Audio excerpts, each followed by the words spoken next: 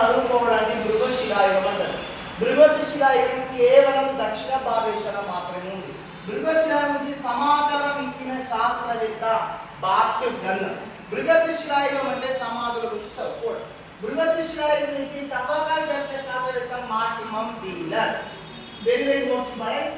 మృగశిలాయుగం సమాధులను తెలంగాణలో రాక్షస గుళ్ళు అన్నారు, ఆంధ్రాలో పాండవ వనాలు. మృగశిలాయుగం సమాధులు గుట్టలల్లా అడవులల్లా లభించినాయి. మొత్తం సమాధులు 12 రకాలు. అందులో ముఖ్యమైన సమాధులు మృగశిలాయుగం 4 రకాలు. ఒకటి సిస్టో, డోల్మెన్, సాక్రోపాని, మీన్వీర్. ప్రపంచంలో మొట్టమొదటిసారి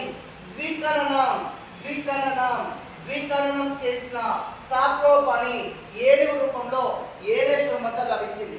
ఈ టాపిక్ లో మనకు గతంలో అడిగిన క్వశ్చన్ ఏంటంటే మృగశిలాయుగం సమాధులను తెలంగాణలో ఏమన్నారంటే రాక్షస గుళ్ళు. రెండోది ఏంటంటే సాక్రోపాని ఏనుగు రూపంలో ఎక్కడ దొరికిందంటే ఏలేశ్వరం వద్ద.